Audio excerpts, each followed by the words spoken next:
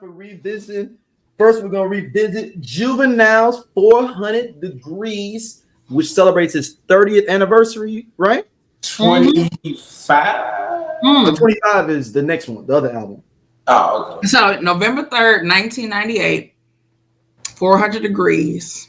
So it is close to 25 then. I mean 25 years, 26 then. 26. Yeah. Yeah. Y'all, let's just go through it. What was y'all initial thoughts on this album? I wasn't on it like when it first dropped. You know, of course, we had to hear High, and I was like, man, let me go ahead and check this out.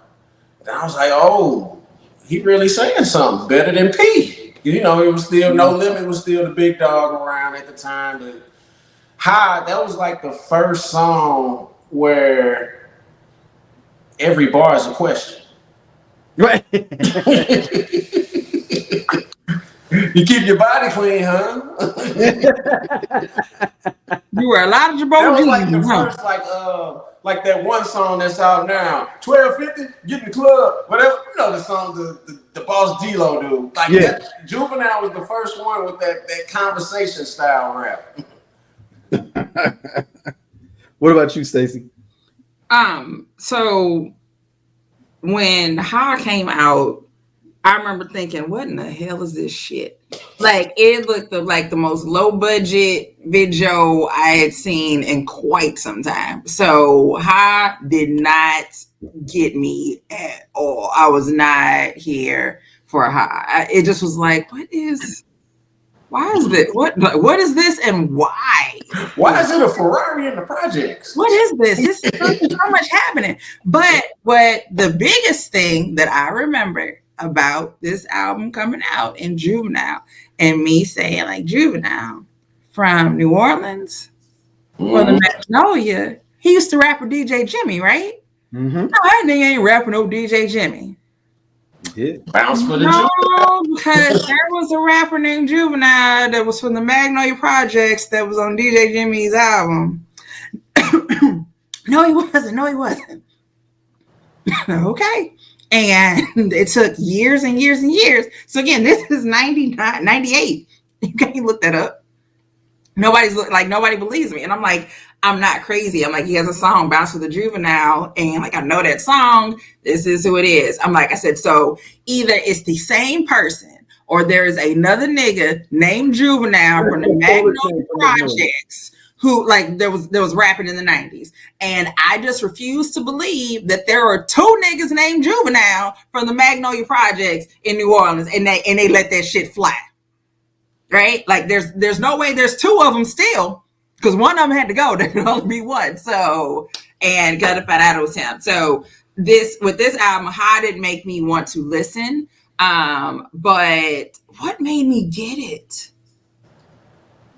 It wasn't Back That Thing. It wasn't Back That Azz Up.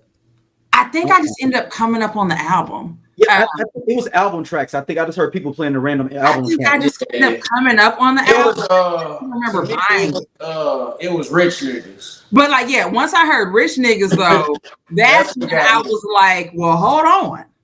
Now we're getting somewhere. So for me, Rich Niggas is my favorite song on 400 Degreez. And Juvenile probably has the realest opening line ever to a song. I'm gonna say it. You say I'm in a room with a bitch and the bitch don't want fuck. Like a man, I'm gonna beat my meat and get my fucking nut for sure. He's avoiding rape charges. And I remember dudes would say that and it'd be like, what? Like, so just imagine that you are not familiar, right, with that song, with it. You're not familiar with that. And some dude don't just come up and say it, right? But he's just kind of rapping it. Just rapping. Like, excuse me? You're gonna be trolled in. You're gonna do what? Then I'm gonna cut the TV off and go to sleep on that whole day. But no, yeah, I wouldn't. Let's go through the tracks. The intro, Big Timers with Mannie Fresh. With the funky fingers. Yeah. Incredible funky fingers. All songs produced by Mannie Fresh on this, y'all. Just FYI. Then next is Huh. I like it now more than I did then. I'll say that. Yeah, it had to grow on me. I didn't like it. And it's just a nostalgic feel of it. It's not like I want to plan on Huh, but if it come on, like, okay, cool, whatever. Gonna Ride With Me. I love this song, man. Yeah. Yeah, Gonna Ride With Me. What do you think about this one, Stacey? Gonna Ride With Me. All right, I'm sorry, I got distracted reading about High. Like I did. I'm sorry. I totally got distracted. So it was 2 remixes recorded for High. The first had a different beat and lyrics featuring Juvenile solo Hot Boys members, and then the second one was not planned until Jay-Z himself personally contacted Baby and requested to be included on the remix. Jay-Z's worst verse ever. And we all know how that worked out. This worst verse ever. Worst verse from Jay-Z. That just but on the side it has when Jay-Z called, I want to get on that remix to High. I knew I arrived.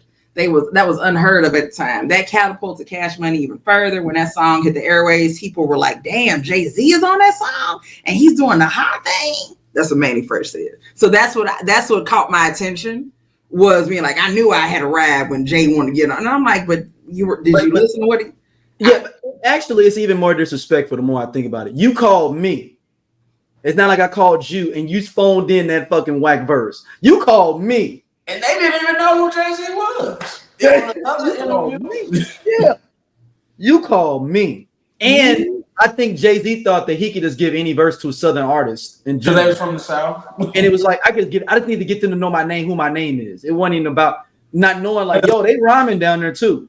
At that time, at that time, Jay was top 3 hottest in the game. Him, DMX, Nas. Yeah. In 98. So that's Hard Knock Life. Volume 2. Volume 2, Hard Knock Life. So yeah. He coming off that Volume 2 ride. Yeah. So yeah, because by the time 400 Degreez dropped, it was October. Noriega. So hottest things. And Jermaine Dupri. So yeah, that is like, it is like, hey, is somebody calling you up to offer a service to you and the service is trash? Hey man, look, you gotta let me cook for you. Okay, look, you gotta let me make something for you. You gotta let me. And everybody talks about your cooking though too, so it's not like everybody loves your cooking, right? So you gotta let me cook for you. You gotta let me come over there cooking. You like, hey, Stacey say she for the cook. Nigga, you telling the wife and the kid, like, her baby, we just gotta sit back and chill. Stacey in the kitchen cooking it, and I hand y'all this plate of some trash. It is. Gave him a bologna sandwich. Right. That like stuff ain't done. Like that sweet potato pie ain't done in the middle. I done took it out the oven way too soon. Stuff ain't right. It ain't right. But I'm the one wasted his time and all our time with that verse. I called you. Hey, let me come over here and do this for you real quick. You know I got it. You know I do. You know I don't even write. It's all up here. It's all up here. Just look, just send me the track. I got it. Mannie, drop the beat. It's the reality. Is that if somebody called you and told you they want to get on the track, and think about it, it's just all up here. No, but think about it. They had to send their reel all the way from New Orleans, all the way to New York to get that verse, and then send it back. I'm just mad the radio stations played it so much. I know it's Jay, but I hated that verse. We all did. Everyone did. But there is a dick riding J level that is, that people have become accustomed to, that shows no bounds. Because they'll say like, "Oh, no, that was a straight verse." Okay, all right. No, that verse was trash.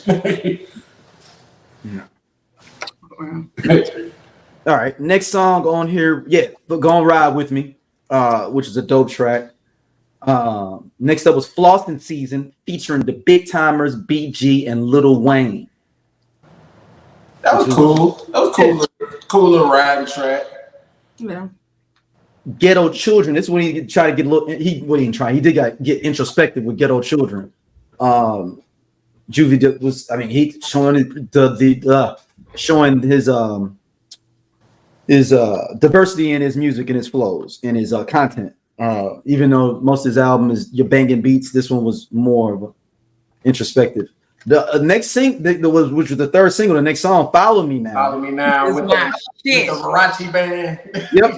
that I want me to see just how it feels. No worry about no bills, negotiating deals. I remember when the show premiered on BET. Hunting in this bitch. Like, I'm like, talk your shit. Talk your shit. Like, I love that fucking song. Follow Me Now. Yeah, like I love that. Boom, boom. Yeah, bring it on. Then the next song, the Cash Money concert skit, it was okay. I mean, regular. Oh yeah, then go to Welcome to the Know Ya. Yeah, Welcome to the Know Ya. That's what I was going to say. My favorite song on the whole album. Well, we're featuring Turk. And this is something you would see from, I guess, I'm trying to wonder if most labels like this, but particularly the Southern labels had a lot more, they kept their features, a lot more features in-house. Yeah, it was like all family. Yeah. Well, I want to say, did Dungeon Family start that? Start what? Just keeping everything in-house on the label, like on everything on the album. Yeah. As far as hip hop, as far as hip hop. I was gonna say, I'm like, well, nah. I'm like, but no, maybe. Well, Juice Crew was doing that shit too, though. Yeah. I feel like I was gonna say, I feel like it's some New Yorkness over, it's some East Coast somewhere that they kept everything in house, and I just can't think of who it is. Yeah, Juice Crew definitely did with all them different cats. They was only being on each other's songs. Think about Boogie Down Productions. They wasn't working with a whole bunch of people. It was just KRS-One. He wasn't working with nobody else until later on.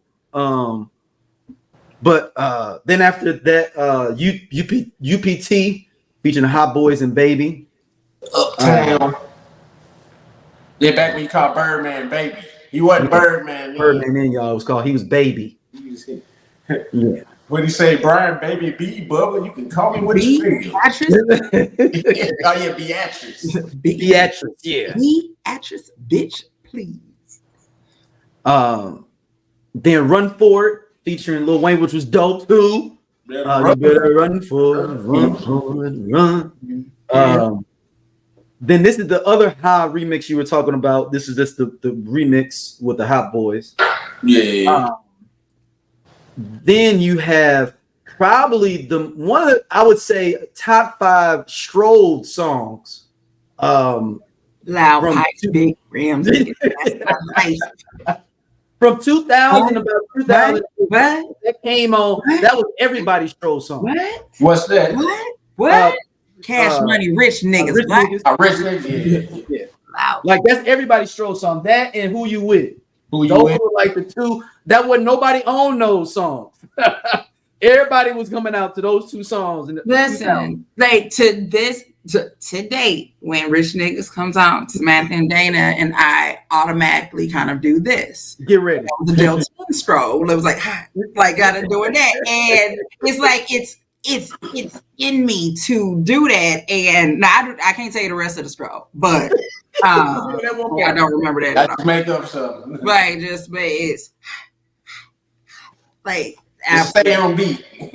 Now used to be RTA bad. I'm busting these bitches' head when I come around. And to the people who are not from St. Louis, Missouri, or our neighbor East St. Louis, Illinois, when Juvenile says, "Meet me in the casino," way in the back, I need you to understand that phrase brings everyone from St. Louis and 314-636-573 and 618. We come together and hold hands. Yep. We rock back and forth and just sing along to the song. We have fellowship at a club. We have fellowship. The club casino. We have fellowship. When that man said he be in the casino, way in the back. You know, that's money like motherfuckers still shooting craps. Does he know how he gotta know at this point? I mean, St. Louis people like identify with that one part of it. Yeah. So, like so when I met Mia X, she told me that she learned, like when they would come to St. Louis, she learned how much we fuck with them. And like we were telling her, like, yeah, like we, you know, just explaining like how we would listen to music from like from the South, and like we just understood it. But he has to know. Yeah. Like he has to know. Somebody has had. I think his wife is from St. Louis. He has to know. Someone has had to have told him what happened, like what that line means, and why it's such a big deal. Like, and how he could legit just come out and only perform that, and we would be satisfied. We'd be like, "Whoo, that was a good concert. Woo, that boy came out there and did the thing, didn't he?" Just saying, rich niggas. What? He just only did his verse, and we was all just happy. Everybody just exactly. And the DJ went back and did his thing. Right. But yeah, it's I fucking love rich niggas. Like it is. Yeah. And then we have a song which is a Negro spiritual. I love that song, but I didn't know it would stay this big for this long. I didn't think it would be this big. Like when it first came out. Yeah, like I didn't know it was. I thought it was gonna be just our little hood club song stuff. I didn't know it was going. I was putting this over there with like whistle while you twerk. Yes. And so people tag me and back that ass up stuff all the time. That was never. I mean, let me say this. I love the song. There's nothing wrong with the song. It was never my shit like that. So it's like when have y'all ever heard me talk? Like, I mean, yes, I had a stroll to it and we had to dance to it in '98 because that's what you did. Mm-hmm. But that back that ass up just wasn't my shit. But whistle while you twerk, yin yang and this thing. If you want to see my eyes light up, I think Back That Ass became big like through weddings, family reunions, like you said, a Negro spiritual, like the homecomings. On fucking Dari. I think that beginning part from the 99 to the 2000s, I think that like it gets people automatically like, oh, I know where I was in the 99. I was there. But it's also the beat. So I remember, like, you know, on Daria, like they would, you know, when they would go to commercial, right, they'd play like the instrumental to a song. Mm-hmm. They played Back That Ass Up on Daria. Like that beat has been played. I mean, like the beat, just regular beat. The preamble too with the doom. So it gets you ready. Like, oh, we finna go out here and it gives you time to get the dance. Oh, we finna hit the floor. It's one of those. This is his Baby Got Back. Mm-hmm. This is Baby Got Back. Is this? I think this is bigger than Baby Got Back. I don't know. For us, because Baby Got Back was for them. I don't know. No. I don't think you can play Baby Got Back and people will get up. I think this is way more transcendent. There was a time period where Baby Back y'all was like the quintessential crossover. I always took Baby Got Back as a white song to me. It was not at first though. It was I know at first, but it wasn't. So on Broadway. So we all knew him for like my Posse on Broadway and my Hoopty. So and he's even said he had no fucking clue that song would blow up the way that it did. Like, who knew that me saying Baby Got like this little. I mean, he probably made it as a little pop crossover song, like whatever. Like, we're just gonna see what we can do. But never in a million years did he think that it was going to do what it did. But he embraced it and was like, you know what? I'm gonna live off these checks. And he does to this day. And he lives off those checks. And I'm not mad at you. Sit back and get your residuals. Sit back and wait on that royalty payment. Please, sir, thank you. But no, to that point, I'm saying, though, this is his, for Juvie, Back That Ass Up is his Baby Got Back. yes, you have a whole other collection of music, but for whatever reason, this song gonna be as big as that. The song about asses is what the people clung to and love. Yeah. And you know what? And also, I think it crossed over well because he had a good, and we talked about this before, he had a great radio edit version. Mm-hmm. Back at that time. Right. So now people that were young, even then you got people into it radio wise, and then you had more people into it. If it was a straight the custom version, people would never got into it and had identified with it. Yeah, you can't be a fine motherfucker. You got to be a big fine woman. Yep. Big fine woman. In 2021, I missed his COVID-19 vax that thing up. And I'm glad I did. You know, God takes care of babies and fools. And sometimes he keeps me from things. He keeps things out of my sight of vision. He protects me in so many ways from the foolishness. He keeps me from stuff. He does. He keeps me. So then next up we have Off the Top. It was a cool song. I mean, it's hard to come after Back That Ass Up into the next song. Mm-hmm. Honestly, they should have came with that skit next, which is next after the Cash Money concert. They should have put that skit after Back That Ass Up, but they didn't know it was going to be. They didn't know that. They was just throwing random. Yeah. Then another joint that's super dope, 400 Degreez. You see me, I eat, sleep, shit, talk rap. You see the 90% on TV, I bought that. If I ain't a hot boy, then what do you call that? Yeah, he was sliding on that. Yeah.